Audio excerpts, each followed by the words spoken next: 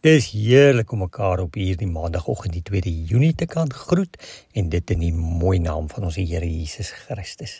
Dis Pinksterweek en ons vier as ring saam Pinkster in Doringpoort gemeente en daar is oggenderedienste en aandderedienste en ons nooi almal uit om dit ook te gaan bywoon en wat 'n wonderlike voorreg is dit nie.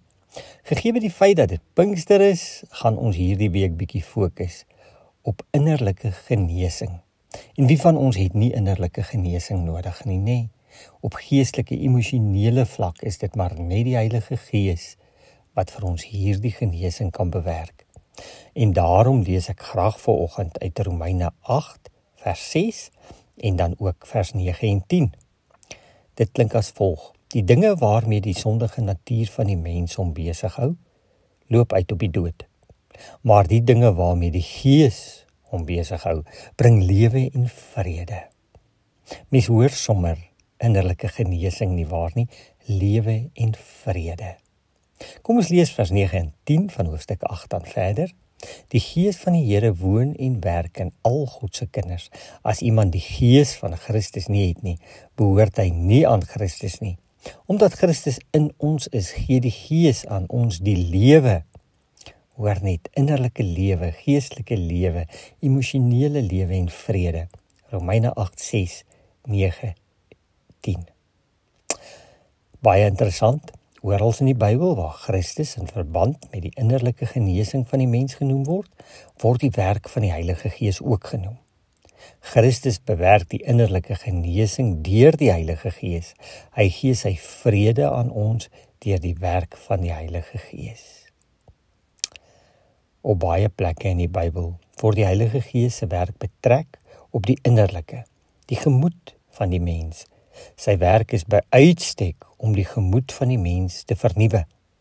Die gawes van die Heilige Gees wat hy aan ons as kinders van God gee, is so dikwels innerlike gawes soos geloof, hoop, liefde.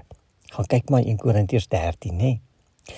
Dan natuurlik die vrug wat hy in gelowiges se harte bewerk, is 'n innerlike vrug van liefde, vreugde, vrede, geduld, vriendelikheid, goedhartigheid, getrouheid, nederigheid en selfbeheersing, nê. En dit weet jy mos nou, kom voor in Galasiërs 5:22 en 23. Ook begrip, verdraagsaamheid en vriendelikheid word deur Paulus genoem as gawes van die Gees. Lees dit in 2 Korinte 6 vers 6. Deur hierdie vrug en gawes verander die Gees ons gemoed en maak ons nuut. Die vyandskap, haat, jaloesie, woede, losbandigheid en afguns wat in ons sondige hart altyd die boetoon gevoer het, word nou deur die Heilige Gees afgebreek. 'n Gesonde, nuwe inhoud word in ons innerlik gevestig. Nuwe gesindhede, nuwe insigte, nuwe begeertes en nuwe positiewe gevoelens word in ons gekweek. Nuwe gedagtes word in ons wakker gemaak. Lees maar Romeine 12 vers 2, Efesiërs 4 vers 23. So word 'n siek innerlike gesond gemaak deur die werk van die Heilige Gees. Genesing geskied deur die geestelike groei wat die Heilige Gees in ons kom stimuleer en vestig.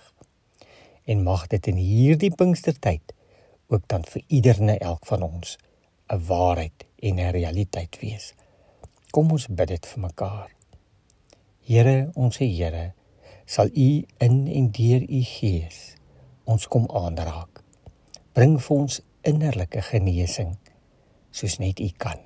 Kom vul ons met vrede en liefde, Here, uit U hand, uit U liefde, U genade en deur U Heilige Gees. Ons bid dit vir ons gemeente. Amen.